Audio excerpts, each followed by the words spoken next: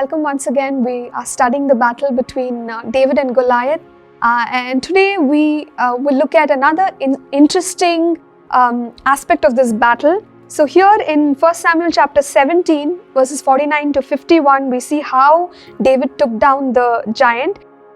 Verse 49, then David put his hand in his bag and took out a stone, and he slung it and struck the Philistine in his forehead, so that the stone sank into his forehead and he fell on his face to the earth. So David prevailed over the Philistine with a sling and a stone and struck the Philistine and killed him. But there was no sword in the hand of David. Therefore David ran and stood over the Philistine, took his sword and drew it out of its sheath and killed him and cut off his head with it. So here's the victory. David has overcome this giant, but what is the weapon that David used? No, David used a slingshot, and we all talk about it because it is the most unusual weapon in war. And here is David who has overcome Goliath, the mighty Philistine, with a slingshot. You know, if it were to happen today, it would be on the news media everywhere because it's absolutely unusual. But here's the lesson that we learn. God works through the gifts that He has placed in our lives. Now, these gifts may seem very, very small, but David was confident. David had used the slingshot earlier in his life, and this is all he had. And when God called him into battle, he didn't know how else to fight.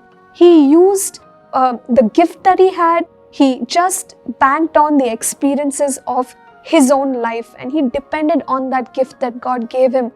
And it was that gift that made all the difference. And even today, friends, as we look at our lives and we are moving ahead with faith, we don't have to compare ourselves with others. You know, others may have greater weapons, they may have some kind of an experience which you and I may not have, but that should not stop us from engaging the enemy. No, we walk by faith.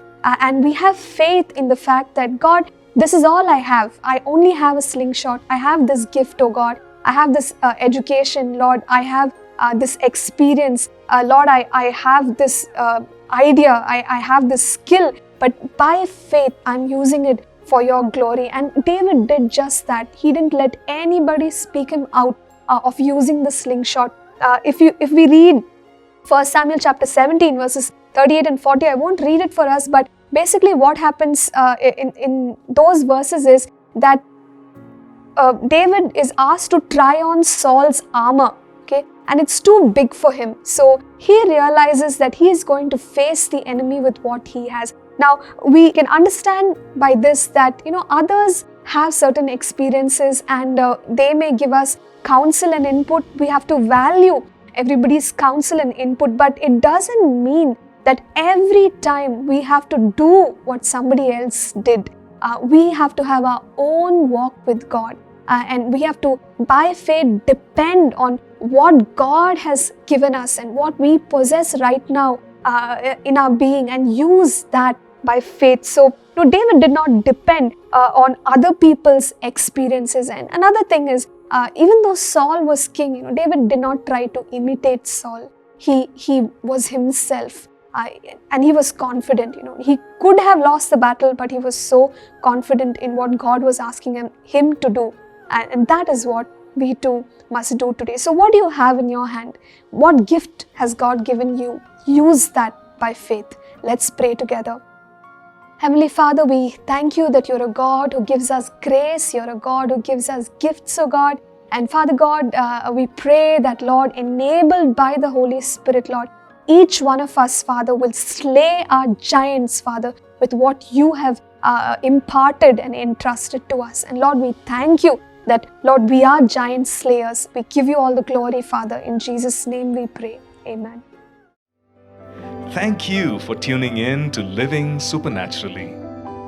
For more resources to strengthen your spiritual walk, please visit apcwo.org.